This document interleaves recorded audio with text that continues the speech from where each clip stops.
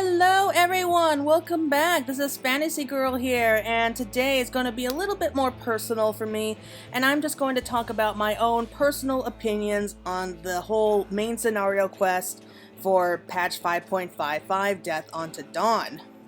As I'm sure everyone watching this already knows, patch 5.55 was the final major update for Final Fantasy XIV for the time being, at least until Endwalker comes out in November. So not only was this kind of closing everything out for Shadowbringers, it was also the prologue for Endwalker. So this is going to be just what I personally thought about the main scenario. I might be able to do something later for Boja and for the ending for Yorhai, maybe later on if I get enough requests to do so. But this is just going to be me talking about what I personally feel, what was good and bad about the whole patch. So I'm going to really mostly focus on part 2 because we did still get a lot of information from that, and it's really just the most recent information that we have about the main scenario. So starting off, we're picking up exactly where we left off in the fact that we are still trying to investigate what these towers are, trying to figure out exactly what they're for, how they seem to be tempering people. We learn more about the lunar primals, and yeah, we are just picking up exactly where we left off in part 1. So the whole thing started off in Alamigo, where we went in order to join the Grand Company of Eorzea's very first official meeting. We had all the alliance leaders there, including Hien from Doma. We had the major leaders from all the beast tribes also gather here to discuss what we're going to do about the Telophoroi. And now this I felt was a really good scene for the most part, because it was really nice just seeing everybody there, including all the beast tribes all represented. So technically all the nations, like everyone in Eorzea, was represented here at the table. One thing I did not like though, and I think a lot of other people have also mentioned this, is that all the beast tribes members were all kind of standing while everyone else was sitting down.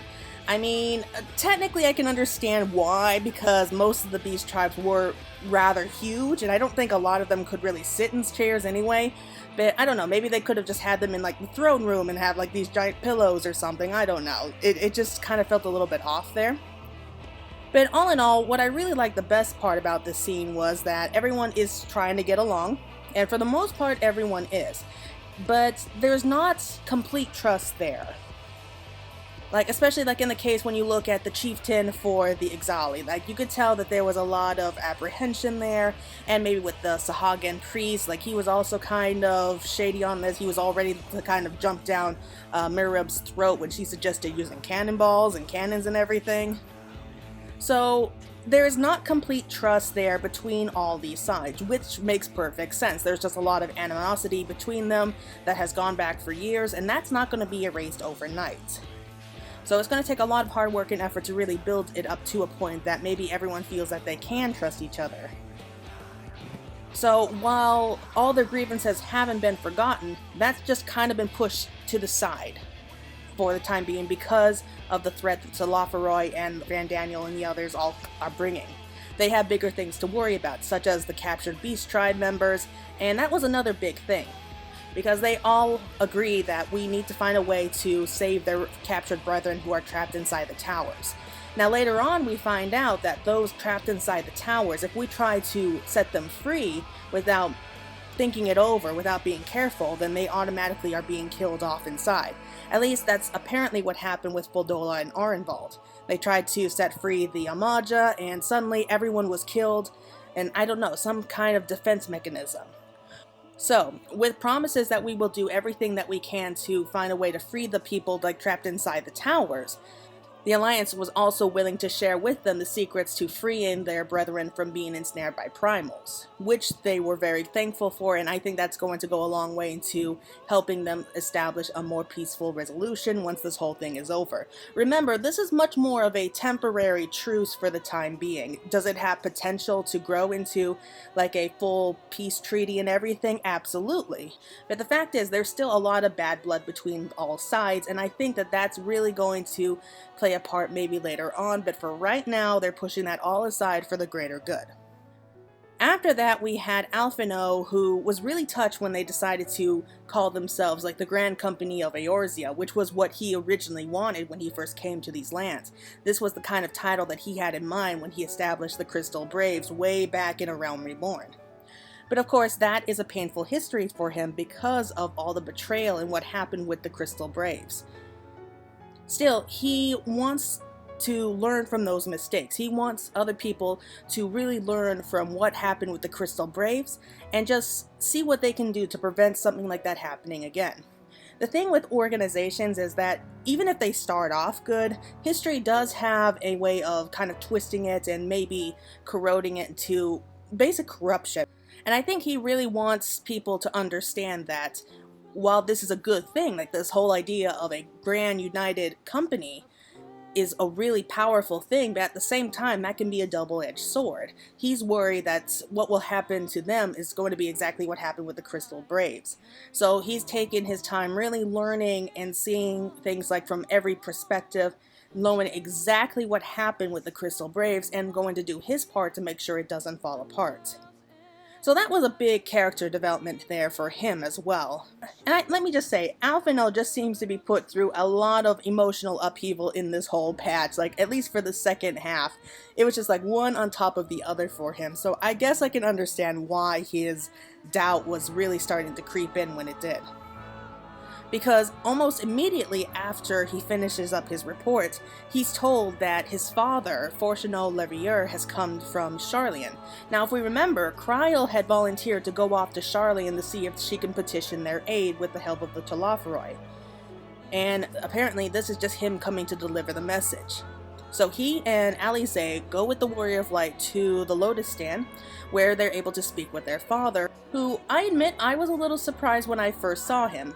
All that we really know about him was that he was still in Sharlayan, he's a high-ranking member of the Forum, and he was highly against his father, Louis Soix, coming here to Eorzea. So I kind of pictured somebody as, I don't know, by-the-book kind of character, like somebody who kind of places the rules and like the Forum above everything else. And I do plan on doing a separate video, like precisely what I think about Fortunato Levier and maybe what his role could be in Endwalker. So I plan on doing a whole video dedicated to him. Again, it surprised me a little bit at the beginning because he seemed so much warmer than I anticipated. Because he greeted his children, he says that he's glad that they look well, he let them know that their mother is doing good, which actually really surprised me because I think this is actually the second time that we actually heard about their mother. The first time I think was like in a small bit, like when they were going to visit Master Matoya right before we go into Matoya's Relay to create the Queen Porxie, or the Mother Porxie. And Alisaie mentioned that Alphino gets kind of his bluntness from their mother, but they didn't really say much more about that afterwards. And I kind of was assuming that she was dead because, you know, we really haven't heard that much about her, but what do you know? It turns out she's alive. So I'm really looking forward to seeing her in Endwalker because I'm pretty sure that we are going to be getting her in Endwalker. And so they had like this nice little conversation at first and everything seemed good, at least until he had to come out and tell them exactly what the Forum decided. Basically, they said the Forum has not changed its mind. We are not going to help you in your petty wars, and so you're just going to have to do this on your own. So really, it was a flat-out refusal for the help. Now, the twins were very surprised by this, and they tried to argue with him. They tried to reason that the Telophoroi are dangerous, that it's the end of the world coming, and that even the Sharlayan is going to be in danger, and still you would refuse to help us. Like such a diplomat as Fortunato, like he's the head of the Forum, or at least one of the head members of the Forum, and you expect him to be very diplomatic, like very reasonable, but it's like he just flipped a switch. Suddenly he went very cold towards them, and so he's actually just scolding them because they dared to talk back to their elder, to their father. And then just like that, he disowns them. He says that you're no longer Leviers, like I don't care what happens to you anymore, and then he just leaves. And I was like, wow, that went from 0 to 100 and really, really quickly. And I'm just kind of blown away by this fact because he and Alphino apparently was talked about this back in 5.4 as well. Apparently they have had conversations about, you know, the good of Eorzea and like maybe the good of the world, and the whole idea of Sharlayan kind of locking themselves away all that time. So this is not a conversation that's never happened. So this was not something that happened overnight. And I mean, I can imagine him and Alisaie kind of going off with each other because they just seem to kind of butt heads. Their personalities kind of, to me, speak like they must have butted heads a lot. But yeah, just because they talk back to him, that's not really talking back. They're trying to reason with him. They have their own opinion. And then suddenly he just disowns them just like that. He flat out tells them that they are now thinking savagely, they are fools for believing that the end of the world's coming, and that if the end of the world really was happening, then they would know about it, aka Sharlayan would know about it. So I will be talking more about Fortunato and what I think of him later on. But it seems that there may be more to this story than what he first led on. Now, Grawha seems convinced that it was all just an act, so that maybe his appearance here was really just kind of a little bit too dramatic, I guess you could call it. Because if Sharlayan really hadn't changed their minds, then why send a messenger at all? They pretty much have always refused up until now. So why bother with the messenger, especially with such a high ranking for a member of all people? So I do think that there is a lot more going on in Sharlayan than we initially realize. Unfortunately, we really don't get too much time to focus on that because immediately after that, we find out that Fandaniel has reappeared and he's at the head of an army which is on its way to Cardinal. So we have to go over there and help put a stop to it because they've taken a lot of beastmen hostages. Before we leave though, Flodola appears with Arenvald, who is surprisingly in a wheelchair. And it turns out that while he did survive his attack against Lunar Ifrits, there is a chance he may never be able to walk again. Here, though, I'm not really sure what I was expecting with Arenvald. I mean, I like him okay as a character. I personally feel like maybe like this whole brotherly relationship with Alphino maybe came on a little bit too suddenly. I mean, we've seen the two of them interact before, of course, but really the only time I can really think of the two of them, you know, having a good time, like really working together was way back in 4.1 when they were looking for the treasure beneath Alamigo. Brotherly relationship with Estinian makes a lot of sense because they spent a lot of time together in Heavensward, like journeying all across Ishgard and Coerthas to Durrania. They spent a lot of time together, so of course I can perfectly understand why Alphino feels like a brotherly relationship with Estinian, like he sees him as a big brother.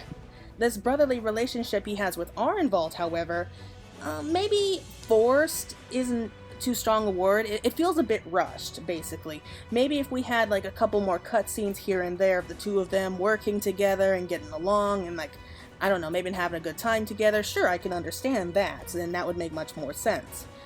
But I just kind of feel like this whole relationship that they have together, this brotherly kind of relationship, it doesn't feel like fully fleshed out. I guess I'm just unsatisfied with it because we just really don't have too much to work with. Personally, I feel that Arenvald's relationship with Flodola is actually much better chemistry. I'm not saying that the two of them have romantic feelings for each other, but I can definitely see them as more of a partnership. Especially since we have seen them together several times, we see them working together, there was even a short story that was written about the two of them. So I think that their relationship, like their work relationship, actually makes a lot more sense. And I personally think their dynamic actually works really well together. Arenvald he's calm, he's a really nice guy, he kind of is more optimistic than a lot of people really give him credit for. And Flodola, she's much more cynic, she's kind of cold, kind of shuts people down, and yet they work really well together. You can tell that they really care about each other, and she's kind of appointed herself as maybe not a nurse, but maybe more as kind of a caregiver for the time being until he gets back on his feet, because I do think that there is a good chance that they can get him back on his feet. So I really do think that we're going to be getting a lot more of both Flodola and Arenvald later down the line, especially since she was the one who was kind of snapping him out of it, saying like, you know what, just because you're in a wheelchair, there's still a lot that you can still do. So I really do like that. So I do think that they do have something special planned for those two. So again, I'm not saying that they have to become like a romantic couple. It would be cute, personally. I think it would be really cute if that did happen. But otherwise, I can completely see them as like a really good partnership or really good friends. And then we go on immediately afterwards to Cardinal. So Cardinal was big in that we actually had several battles, one after another, against 3 different lunar primals. And I know that some people kind of argue against this. They're not really happy about the whole idea about playing as other characters. Personally, I really do like it. I do like being able to play the part of like these different characters. It does take a minute for me to actually realize like what the new features are and everything, like what their new abilities are. But before this, we've already played as Alphino, Y'shtola, and Thancred. So that was a lot of fun to play. And so here, we actually got to fight as Alize, Graha, and Urianger. So that makes all the Scions that we've gotten to play at least once. So long story short, the Scions came in, they were able to defeat the lunar primals, they were able to protect the ether currents that were flowing throughout Cardinal, and basically put a stop to Fandaniel's plans. There was some lives lost. Those who were tempered and were too far gone to be saved were probably put to death, but those that could be saved were being returned to normal. Their minds were being returned to normal anyway. And then there's Fandaniel, who kind of goads them near the end, at least with the Warrior of Light. He tells them that he understands now why Xenos has like this obsession with them, but tells them that it's really not going to matter in the grand scheme of things. And because you only bought yourself some time, that's it. You're still going to die. And then he just leaves after that. And then the whole thing kind of wraps up with them all staring up at the moon, which I find a little bit strange. Because, yeah, I get the symbolism there. That's where we're going to in the next expansion. We're going to the moon. But they don't know that yet. And then suddenly, everyone's just kind of looking up at the moon. It was like, oh, shiny moon. Like they've never seen it before, so it really didn't seem to make too much sense. I mean, I kind of figure like maybe the Warrior of Light was looking up at the moon, and then the Scions all looked up to see what she was looking at, and then everyone saw the Scions all looking to the sky, so they look up too, and they all just kind of see the moon there, and I mean, I don't know. I really don't know about that. But after that, the credits play, and then the final few cutscenes after the credits appear. So there was actually 2 parts, the final 2 cutscenes. One of them was with Xenos and Fandaniel. They're in the ruins of Golomal, and Xenos looks like he had just finished slaying a couple Eorzean spies maybe, or maybe some soldiers who managed to make it there, I don't know. Maybe Fandaniel kidnaps a few of them and just brings them for Xenos for his amusement or something, I don't know. But he does reveal to Xenos that, you know what, we can't use the ether that was flowing through Cardinal to power the gate to the gods anymore, so we may have to find a new power source closer to home. And then Xenos just says it doesn't matter, the Dreamer won't care. And then Fandaniel is just like all head over heels excited, and he just kind of starts cackling as he walks away, and we get a view of the tower in the distance. So that's the structure that all of the tempered peoples were actually working on building when we heard about it in the last patch. So it does look like this tower, this gate to the gods as they're calling it, is about complete, if not already complete. After he leaves, Xenos kind of contemplates the Warrior of Light and saying that he will be ready like when they meet, and that's when we hear this roar in the background. Now, the Dreamer thing, like he mentions that the Dreamer will not care where the power source comes from so long as he still gets what he wants. So I kind of have a few theories about this whole thing. At first I thought that he was being referred to as the Dreamer himself because, you know, he has these dreams of the final days and everything, so he's going to be playing an important role in this whole thing. But, again, doesn't seem like it. It just seems like there's a lot more to this than I originally thought, so I have a few theories and ideas to what this Dreamer could be. I will talk more about that later on. But I have a feeling that whatever made that roar that we hear at the end of that cutscene is actually the Dreamer. But again, we'll talk more about that in another video. And then finally, we are at the ending of the cutscenes, like the ending cutscene of all the cutscenes. So we are here at the lake, just outside of Lake Silvertier. We're talking to the Scions. Apparently, they just discovered that the towers themselves seem to be draining the land dry of ether. So it's very subtle apparently, like they didn't notice it at first, but apparently the longer the towers are there, the more ether that's being drained from the land. So that is not a good thing, definitely not a good thing, and that's definitely causing some red flags to fly. So all the ether is being absorbed by the towers, which is explaining where the lunar primals are coming from, so they have to find a way to investigate all that. But it's as they leave, and this is just really frustrating to me because we saw this scene here, just a little tiny clip of it in the trailer, and I was so excited about it. It was probably the one scene I was looking forward to the most, and it was only a few seconds long. Because as we are walking back behind the others, we hear a voice say, "Hear me, hear me." And we turn around and we see this woman bathed all in light. It's a woman like in a long robe, she's holding a mask, and she's saying like the end of days is coming, darkness is coming, and the fate of the star is in your hands. And then she just disappears. Like, really? Really?